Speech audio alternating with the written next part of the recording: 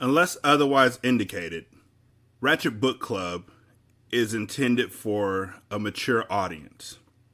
Viewer discretion is greatly advised.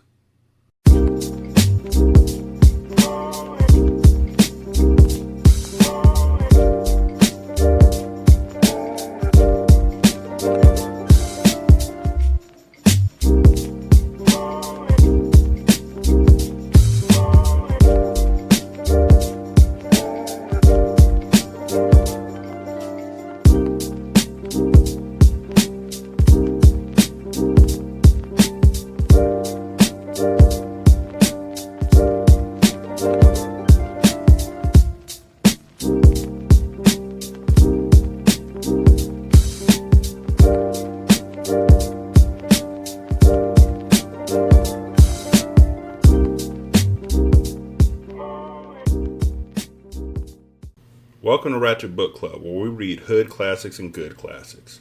I'm Derek. So, when we last left our intrepid situation, we had met Annalise, who never met her daddy, but apparently her daddy knew her very well, even though her daddy didn't do anything when her mom became a crackhead and got shot in the face at a shootout at a gas station. I don't mean to laugh, but this shit happened in like the prologue. Like, come on, fam. So her mom gets shot in the face and dies in her arms, and she's sitting there singing Boyz II Men lyrics to her because y'all can't convince me otherwise. Mama, Mama, you know I love you. And I'm so happy to just be able to say this shit. Like, this is absurd. And her friend Tracy comes over to console her, but she's not really consoling her. She's crying. We think she's crying because Annalise's mom got shot. But no, she's crying because her car got shot up. And so Annalise is like, my mama's dying in my arms. And her boyfriend Gavin, who's 2 years older than her, but really closer to 3. And he's been friends with her since like 5th grade, when he was in 7th grade and she was in 5th grade. And this whole thing sounds weird to me, but you know, do you, boo. He consoled her and he's like, you should come live with me because your mama's dead and you ain't got shit to live for out here anyway. And she's like, nah, I can't do that. Why am I gonna come live with you? You living with your mom. You about to go to Texas, become a lawyer. Why should I come live with you and mess up your flow? And this all sounds like it is like Jersey City, New Jersey, like the hoodest of the hood place. I don't even know. It just seems like projects like Brownsville or something like that. Babe, this is in fucking Portland, Oregon. Like, this whole thing is set up in Portland. And so I died twice. So she ends up going with Gavin to Texas because for some reason the government owed her mom $3,000, so they gave it to her. And $3,000 wasn't enough for her to do anything in Portland, but it was enough for her to get a house in Texas. Anyhow, 10 years pass and she and Gavin are coming back to Portland because she's never had to worry about anything else in Portland. She left it all behind, including her best friend Tracy, who she never contacted again apparently. But she gets a letter somehow. Don't know how she got the letter. I hope we find that out later, now that I think about it, because she gets a letter that her dad died and that she's been invited to the reading of his will. But nobody knew about her except for her Aunt Joni. Her Aunt Joni knew about her, so maybe her Aunt Joni was just tracking her or something like that. Obviously, her dad was tracking her too, because she sits down at the will reading and her daddy has left her $250,000 and his 6-room mansion. Because yeah, apparently 6 rooms is a mansion. I didn't know that. I didn't know. I'm literally 1 room away from having a mansion. I'm pleased with that right now. That's what gets me through my dark days.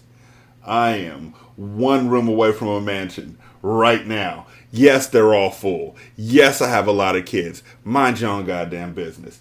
Anyways, I am close. And so was she until her sister Zakiya hops up and was like, oh no, the fuck you ain't. My daddy ain't giving you my shit. And so Zakiya is the direct opposite of Annalise. And so Zakiya takes her wig off because she about to whoop Annalise's ass, and she literally whoops her ass at the will reading, but that doesn't get her the house. So then she goes back to her house. Before she goes back to her house, somebody in the back stands up and says, "We know you, Annalise. We know you. You stink butt Lisa from the hood." I was like, this is great. So then Annalise goes back to Texas, I guess. She gets ran off by Zakiya. But Gavin, her husband, doesn't go back to Texas. He actually stays and comes and asks Zakiya if she wants to stay in the house that Annalise and her literally just fought over. Gavin's like, "Do you want to stay in this house? Because we don't live around here. And this way, it seems like you'd be better off with this house than we would," and blah, blah, blah. And I'm like, dude, if you're trying to get in her pants, this is like throwing a long ball. Like, this is a straight up Hail Mary, my nigga.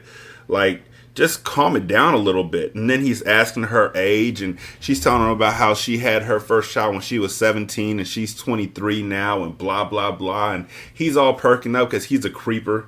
And so she's like, "Yeah, I'll take the house, thank you," because she's about to get kicked out of her condo because her baby daddy, who can't stay out of jail, literally, nigga fucked her and then took her money and split. And 2 weeks later, he was back in jail again. Has taken all her money, and so her condo, which was completely fully paid for, is now, she has a mortgage she has to pay for because she took out a mortgage to satisfy her baby daddy. Don't ask, it's a thing. But yeah, she's like, "Yeah, I'll take the house, thank you." And he's like, "Well, can we go back to the house so you can show me where everything's at and you can show me around?" And if that ain't a line, that's the biggest line since "Baby, do you want a massage?" Or "I put stars on my ceiling, do you want to see them?" Or "Hey, your back hurt?" Or "Girl, you look good out them clothes." Or "I made like 3 of those up." And they probably don't work. I've been married for a long time. I ain't got no extra houses for my hoes. I ain't got no hoe houses. All I got is my wife and my house. Ain't no hoes. I don't even do the yard. That's how many hoes I don't got. So anyway, she goes back to the house with him, and while she goes back to the house with him, I guess he's not thinking what she's thinking, and what she was thinking, what the kid was thinking was, "I'm about to have my fun and get as much money out of this mark as I could," because Gavin was as rich and as sexy as they came in my world. Oh, I was about to take full advantage and enjoy myself in the process, because what Gavin didn't know won't hurt him. How wouldn't Gavin know if you were about to try and run game on him? How wouldn't Gavin know that you're about to have an affair with him? He's Gavin. You know who wouldn't know? Your nigga Deo or Dano, or the fuck is that nigga's name? It's stupid. I know it's stupid. Dalo. The nigga's name is Dalo. I know I'm not supposed to get on niggas' names because niggas' names is unique. Somewhere out there, white folks are naming their kids Apple. So I can't really say shit to the guy. But when your name, nigga, is Dalo, and your wife's name, your girl's name is Zalinda or Zakiya, and you convince her that the better name for your kids would be to run off your name, so now you got a little girl named Daylinda? That's fucked up. I call CPS. I'd send you back to jail for that shit. You could have done some shit with Z. It ain't got to be Zakiya's name or nothing off of that, but do better. Be best. So anyway, now we are at chapter 3 of this book. The last thing that we saw was Zalinda, or Zakiya, sorry, I'm making up names now. Zakiya thinking she a pull game. Chapter 3. Gavin Channing. When I got to the door to leave that night, Zakiya gently grabbed my wrist and stopped me. Turning around, our eyes met. Trying to ignore that damn blue wig that she was sporting, I told her I had to go. "Wait, don't go. I don't want to stay in this big-ass house by myself tonight," Zakiya whined. "What about the kids?" "Brenda will keep them. She used to it and she don't mind. My mom would watch me if she wasn't strung out on drugs." Or my cousin Tanisha if she wasn't working. My brother, he live in California, and my Aunt Joni, well, you met her. She don't do kids, she explained along with a long list of other problems. Zakiya almost had me running up out of there with all her issues, but when I tried to excuse myself again, she told me about her dreams to open up her own salon. Showing me a bunch of professional pictures of her work, I became intrigued. Don't you have to have a license to do this? No. I won't be using chemicals, so I'd only need a business license and maybe an LLC, she explained like she had been doing a little research of her own. I make wigs, hair pieces, and I could braid my ass off. Extensions, weaves, twists, you name it, I can do it. I just need a space and a chance. Well, what about that guest house on the side that I saw when we pulled up? You could probably transform that into a shop. Let's go see what you would need to do, I suggested. Eager to go and look, Zakiya cut on all the outside lights, grabbed my hand, and pulled me out the side door towards the guest house. Flicking the switch on the wall when we stepped inside, her eyes lit up brightly as she scanned the room. Ooh, this shit is so fucking dope. Oh, and it's perfect. Just perfect, and I didn't even think about this place. Probably because we get our ass tore up if we even peeked our head up in here. This place is always off limits when we have family gatherings out here. This is where Daddy handled his business, she explained, looking around the empty space, which had a lot of potential. I think this shit right here will work, Zakiya beamed with her natural beauty and foul mouth. It was a cold combination that had me looking at her in a different light. Glad it'll work out for you, I smiled. Let me get out of here so I can get a hotel and get out of here tomorrow. Uninvited, Zakiya walked into my personal space and asked, So, will you stay with me tonight? Please? She pouted as she looked up at me. How the hell was I going to say no to that face? That night, while her kids were at the condo with her friend, she and I laid in the bed together. I knew it was wrong, but I had found a way to convince myself that as long as my clothes were on, I wasn't doing anything wrong. Then it got a little more complicated. You would be a lot more comfortable if you took off your shirt and pants, Zakiya said with a huge smile. Nah, I'm good. I would be a lot more comfortable if you took them off, she said with pouty lips and sad eyes. Giving in, I shrugged my shoulders, got out of the bed, then removed my pants and button-down shirt. As I climbed back into the huge California king bed, Zakiya snuggled close to me and backed her butt up against my dick. Moving it up and down like she was trying to get comfortable made my dick start to rise. Attempting to pull away from her, she reached behind me and started stroking it. I don't think that's a good idea. I stuttered only because I wasn't expecting that shit. Why not? It seems like a good idea to me, she whined, turning to face me. You do know that I'm married to your sister, right? Sister?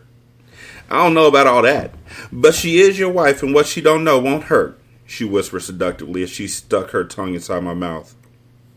The kiss was a little awkward at first, but then we found each other's rhythm and moved accordingly. It was intoxicating. Oh, then it became real heated, really fast. Shit, I moaned out while she continued to stroke my now hardened shaft as I rubbed my hands over her plump ass. Zakiya kissed my neck and then my chest, making me hotter than ever. When she climbed on top of me, I was powerless to stop her. I didn't even realize she had taken off her panties until I felt her bare snatch rubbing against me.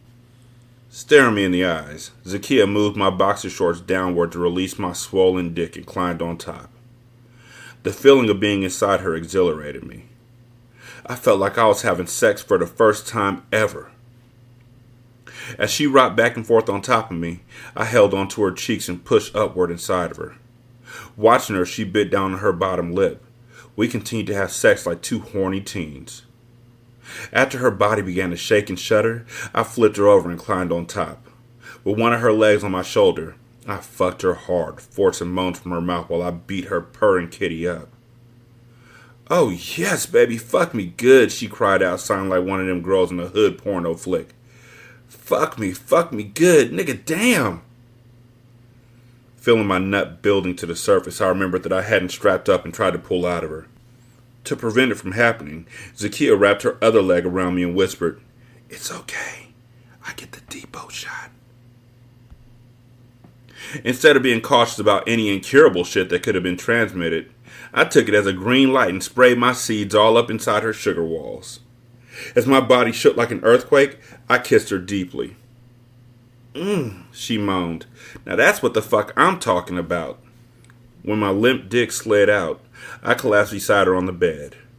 Laying her head on my chest, Zakiya relaxed her right leg on my thigh as we struggled to get our normal breath back. "That was the fucking bomb, baby. Damn," she gasped as she trailed my chest with her fingers. "Yeah, it was." After we rested for a little while, we had sex again and then again that morning before I left for the airport. That was just the beginning of my relationship with Zakiya. After that, I was drawn to her, and once we began sleeping together, there was no leaving her alone. None of this would have ever started if Annalise hadn't been such an asshole in the first place. When we left Portland the night of the reading of Annalise's estranged father's will, I was pissed off that her sister jumped on her like that. Zakiya scratched my wife up, gave her a fat lip, and left her with a nice shiner. Understanding how upset Annalise was when we got back to Texas, I agreed with her on everything she was saying about how hood and ghetto the whole thing was. Where I disagreed with her was about giving her sister some of that dough when we was already financially stable. It bugged the hell out of me that Annalise was acting as greedy as she was. Instead of bugging her about sharing, I offered to sell the estate for her. That way I could possibly give her sister a portion of the profit behind Annalise's back. Only it didn't happen that way. My wife wanted to keep the property and rent it out. That left me to do one thing. Yep, I flew out to Portland 2 weeks later and gave Zakiya the property behind my wife's back by pretending I had a potential tenant. When Annalise's sister shed tears of joy in front of me and thanked me over and over, I saw another side of the hood chick than the one I met a couple weeks before. That left me wondering, and I had to get to know her better.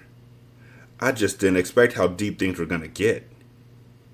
Not only did we have sex that night, but we did so for the next couple of months without a problem. The only thing that was creating a small rift was when Annalise started bugging me about renting out the estate in Portland. She wanted to know why I'd been up there so many damn times only for the deal to fall through. Now she was threatening to handle things herself. "I guess I need to go to that fucked up city myself." "Ugh, Gavin. Why?" she fussed, getting on my damn nerves. That was all she seemed to do lately. Ever since she got that money from her daddy that she didn't even know, it had gone to her head. She now didn't want kids and barely wanted to have sex. "You're the one who wants to go," I laughed, trying to call her bluff. "No, I don't. What I want you to do is rent that motherfucker out or else I'm gonna sell it," Annalise threatened. Well, with the recent drop in real estate, I started before she cut me off. "Well, do something with it. I need my money," she shrieked. Rushing over to the mirror, Annalise primped as she told me all about the spa weekend in Los Angeles that she had planned with her homegirl, Michaela. That was fine with me. It wasn't like she was giving me any fucking attention anyway. Hell, she was probably fucking Michaela with all the time they've been spending together. Still very much in love with and attracted to my wife, I did everything in my power to turn Annalise on. From licking her the way that she liked to giving it the way she used to like. Now it was more like she wanted oral and that was it.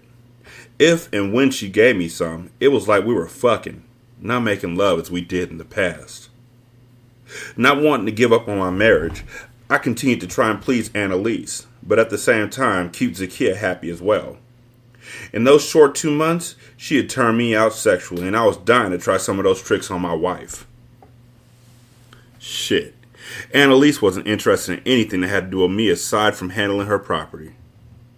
Little did she know, with me handling that same property, she was about to lose her husband. I was 3 steps in the shake from leaving her ass. I didn't care how much I loved her.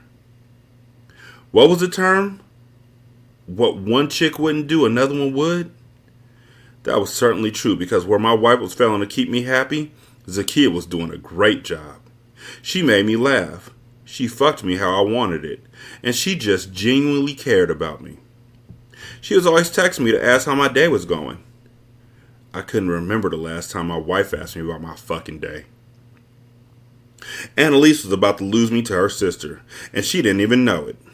At this point, she didn't seem to care about what the fuck I did or who I did it with. All she seemed to be worried about was making money from either the lease or sale of that house in Portland. I couldn't understand what the big rush was. She had all that money her dad had given her, and we had a good bit in our savings. She used to talk to me about what she would do once she got her degree, but lately, all she talked about was money. At one time, I thought money would make shit better between us. Now, I wasn't sure that was the case. Money definitely wasn't going to save this marriage, because it wasn't buying anybody happiness. Certainly not mine. So let me make sure I got this straight. This nigga watched his wife get his ass whooped by her sister in front of everybody. Flies back to Texas with his wife. Finds out his wife wants to sell or rent the house. Decides early on in the conversation that he actually wants to give the house to her sister. Says he's going to sell the house or rent the house out and go find a tenant. Goes back home to Portland. Fucks her sister. Continues to fuck her sister for 2 months. While lying and saying that the house rental keeps falling through. It's not like he's trying to sell the house. He's renting the house and it keeps falling through every single time. Meanwhile, Zakiya has already said she's going to play him for all he's worth. So she's playing him for a dummy. This nigga's stupid. And he's saying that his wife ain't happy with him no more. Nigga, could it be because you cheating and you going back to Portland every week and you fucking with her money? Plus you spending extra money to go back home to Portland like every week? I'm just guessing. Chapter 4. Michaela Easton. Annalise was my best friend, and ever since she got back from the reading of her dad's will, she had been stressed out. I thought having more money would relax a person to ease their mind, but that wasn't the case with Annalise. She returned with a huge check and a large estate, but she was still struggling to find happiness with Gavin. I had been telling her that she needed to leave him if she wasn't happy, but she claimed he was her financial security. Now that she had all that money her father left her, she didn't need Gavin anymore. To take Annalise's mind off things, I had arranged for us to have a girls' weekend at the spa. I had also invited my sister Tara and cousin Nina. I just wanted the four of us to rest, relax, and have fun. I couldn't wait to get away from my husband and 3 kids. It had been a long time since I had a moment to myself, so I was looking forward to it. "Babe, what time y'all leaving?" Joe asked if he got the kids ready for school. "I'm not leaving until noon. I could drop the kids off if you want me to," I offered. "I'd appreciate that. I need to be in the office by 8 today." "No problem, babe," I said as I kissed his lips. Already packed their lunches. Cassie asked for money to get ice cream, but I didn't have no change. "I'll give it to her. I should have a couple dollars in my truck," I said. "Well, they're dressed and ready to go whenever you are. I'll see you guys after school, okay?" Joe said as he kissed Cassie and Lisa goodbye and high-fived Joe Jr., who we nicknamed JJ. "Babe, I'll see you when you get back on Sunday. Try to relax and enjoy yourself. Don't worry about me or the kids, because I got this." He hugged me tight and gave me a warm kiss on the lips before he waved goodbye and walked out the door to the garage. "Okay, kids, Mommy will be going away for the weekend. I want y'all to be good for Daddy and your teachers, okay?" I asked. "Yes, Mommy," the 3 of them answered as they nodded their heads. Cassie was the oldest at 8, while JJ was 7 and Lisa was 6. Everyone thought I was crazy having my kids back to back like that, but I didn't care. I wanted our kids to be close in age so they would always have someone to play with. I hated the parents waited so long to have kids and the oldest thought that he or she was too grown to play with the younger one. I didn't want that to be my situation. My kids were close in age and closer than the siblings could be. They reminded me of me and my sister. I was a year older than Tara, but we were close as twins. "Come on now, y'all." I ushered the kids out of the house after handing in their lunch and money for ice cream. After dropping him off to school, I returned home to finish packing my things. I was almost done when my doorbell rang. Walking to the door, I opened it to find someone I least expected standing there. "What are you doing here?" I asked. "Don't worry. I parked my car up the street and walked over. Your husband will never know I'm here," Tommy whispered sneakily. "You are not supposed to come here." "Come on. You didn't expect me to just let you leave town without giving you some good dick, huh?" "Tommy, you have to leave," I demanded. Totally ignoring me, he pushed his way inside my home and said, "I won't be long. I was missing you, babe." He rubbed his hand along my thigh, causing me to shudder. Shamefully, I had been having an affair with Tommy for the last 5 months. We had a good thing going until he told me that he loved me. I couldn't deal with that shit because I loved my husband. I shouldn't have let this affair go on for as long as it did, but Tommy was very persuasive. I had tried several times to end things with him over the past few weeks, but he wasn't getting the message. "See, I knew you wanted me." "Tommy." He blocked out my protest by stuffing his tongue inside my mouth. The kiss was hot and very intense. As he released my lips, he kissed my neck and tried to remove my shirt. "You have to go," I repeated. "Just let me eat it," he begged as he dropped to his knees. "No," I huffed as I swatted his hand to get him off my shorts. This is what I got for fucking with this young dude. I was 30 years old, so I didn't need to be sleeping with a 23-year-old. I just couldn't help the excitement that Tommy brought to my life. While shit was blah with Joe lately, things with Tommy were far from boring. Sure, I knew that Joe worked hard to provide for us, and I should be more appreciative of my husband, but I couldn't help myself. This thing with Tommy wasn't supposed to happen.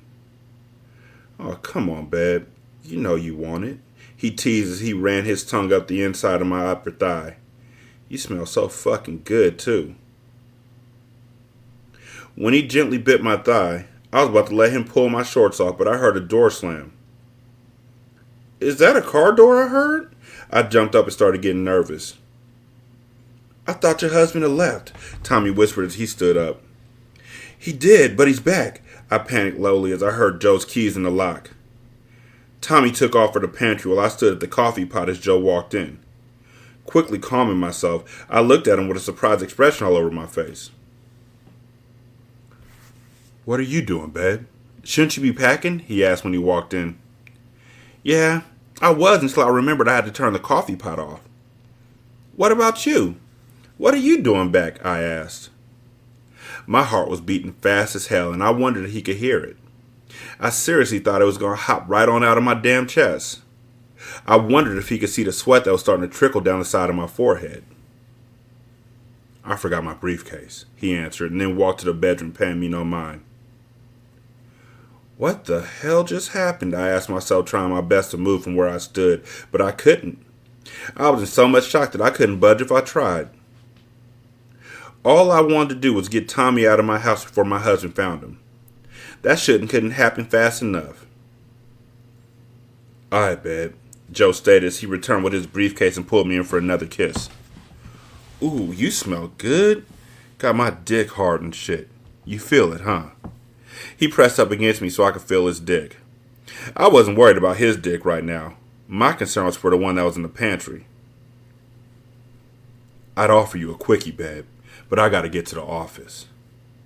"You better get out of here, Joe," I said as I threw my head back and gently pushed out of his arms. "You know I gotta finish packing anyway," I giggled playfully as I rushed him out the door. Stalling out even more, Joe paused before closing the door behind him. Instead, he peeked his head back inside to steal 2 more kisses, and then finally trotted off to his car. Waving goodbye, Joe backed out of the driveway and finally headed to work. As I breathed a sigh of relief, I leaned my head back against the closed door.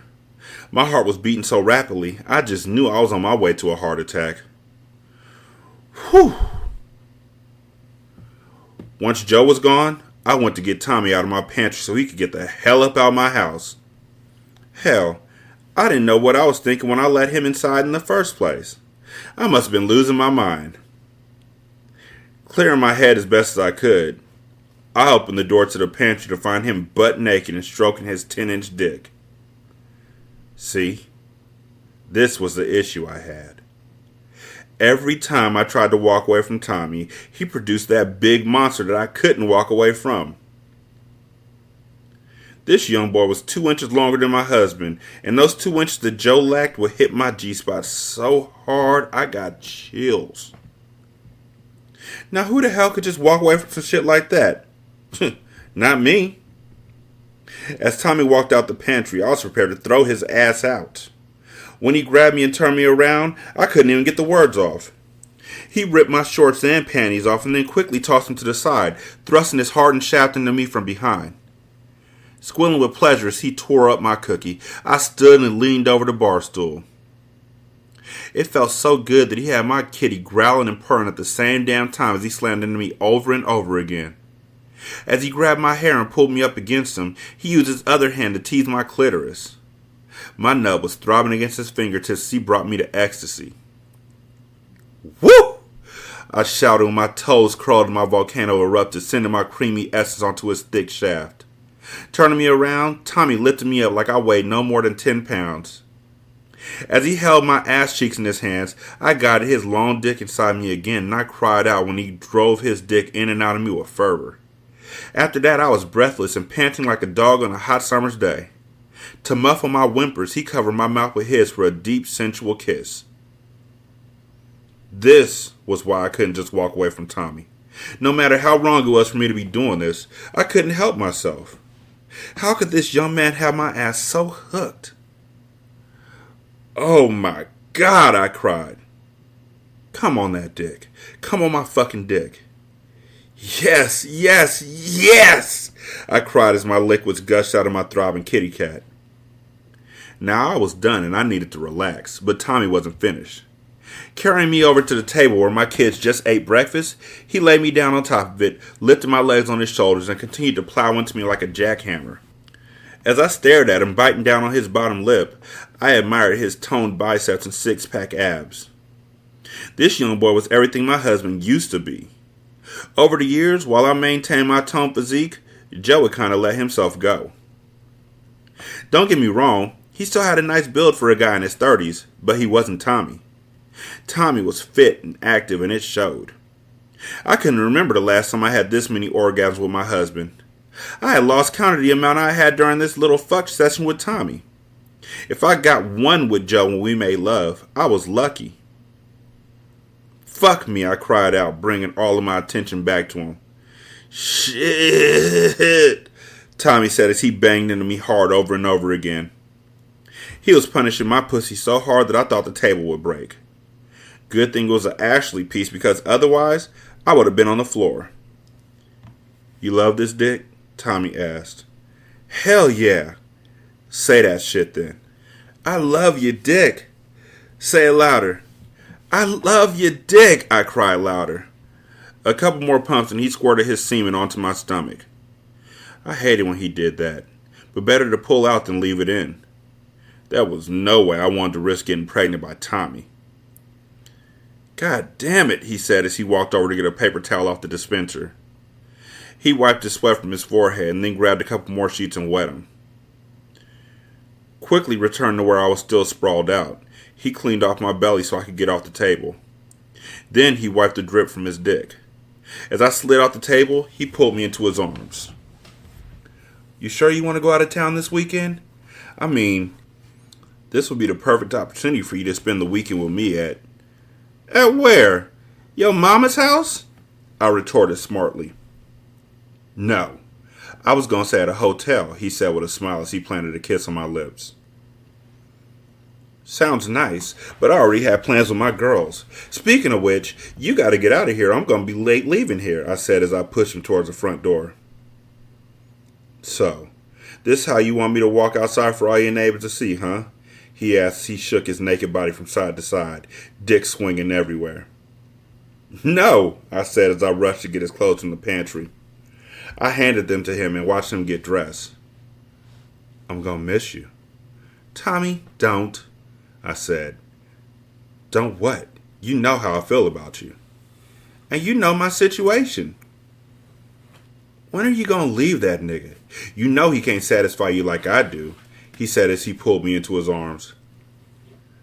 He was right about that, but I can never leave Joe. He was my security and my kid's father, while Tommy was just a side thing. Quickly reminded me that he was much more than that. He stuffed his tongue into my mouth and swirled it around. Instantly, my body started to get excited again, and I had to push him off me. You need to go, I insisted as I shoved him out the door. Call me. Yeah. Now go, and no matter how much I love to spend time with you, you can't just be coming over here like this. This place that I share with my family is off limits, boo. My fault, and it won't happen again. I was just anxious to see you before you left, Tommy said, giving me those puppy dog eyes. After stealing one long kiss, he finally left, and I found myself leaning up against the door, once again breathing a sigh of relief. This was way more than I bargained for. Ring, buzz, ring. Damn, fuck. I snapped when my cell went off and then busted out laughing. I couldn't believe I came that close to getting busted. Cold busted by my damn husband. Fumbling with my phone, I finally got a grip on it so I could connect my call and tell Annalise all about what had just happened. Running to the blinds to make sure the coast was clear, I spilled the beans and had her dying in laughter. That shit ain't funny, I huffed and then laughed with her. You better check that nigga, Annalise teased. He should know better than to come to the house you share with your husband. I don't even know why you told him where you lived. Damn, boo, that was a dumb move. I know. I wasn't thinking about it until it was all over, and if you saw Tommy, you would understand why. Girl, I literally almost shitted on myself when I heard Joe's truck pull into the driveway. Like, for real, I explained. Then he was talking about giving me a quickie. Who, Joe? Yes, girl, while Tommy was standing in my pantry with his dick out and stiff, all about to knock my canned goods off the shelf. We busted out laughing before she said, You need to think smarter, sis.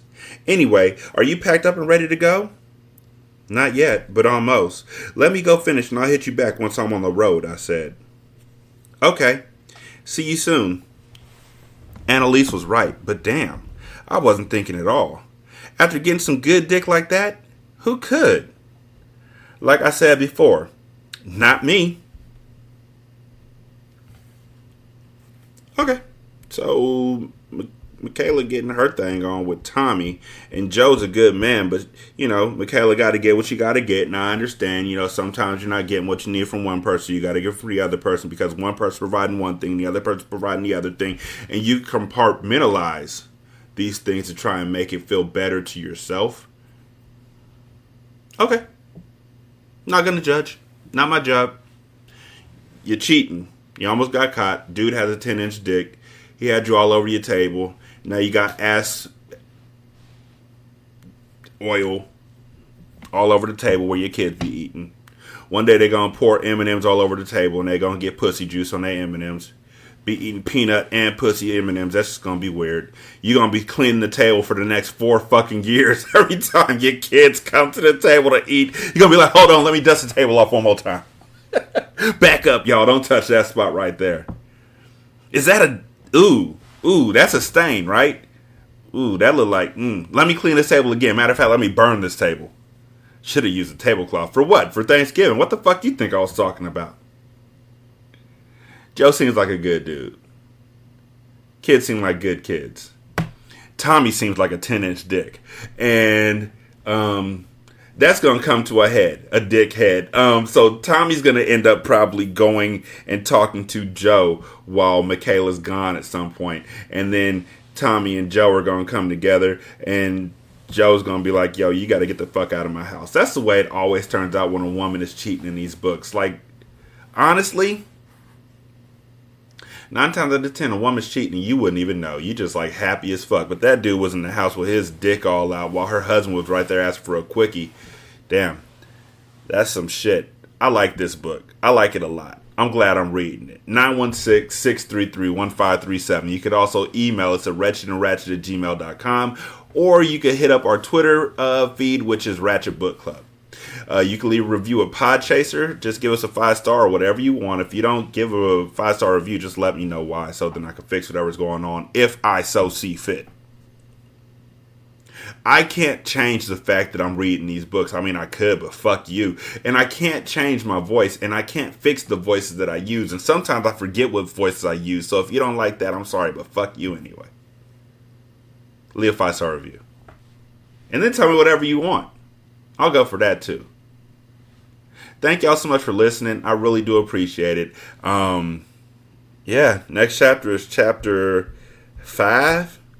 Chapter 5. And we are 30% of the way through this book already. Like I said, it's a small book. Get through it probably in about a week. And I'm going to enjoy every single moment of it. Y'all be good. I'm going to holler at you later. Peace.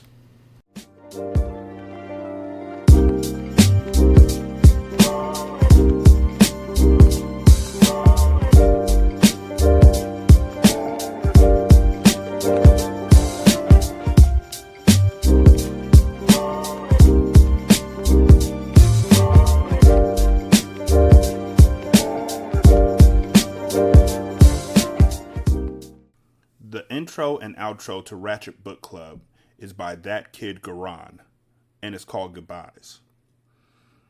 You can email him at tkgbeats94@gmail.com for more information on how to lease this beat. This is Single Simulcast.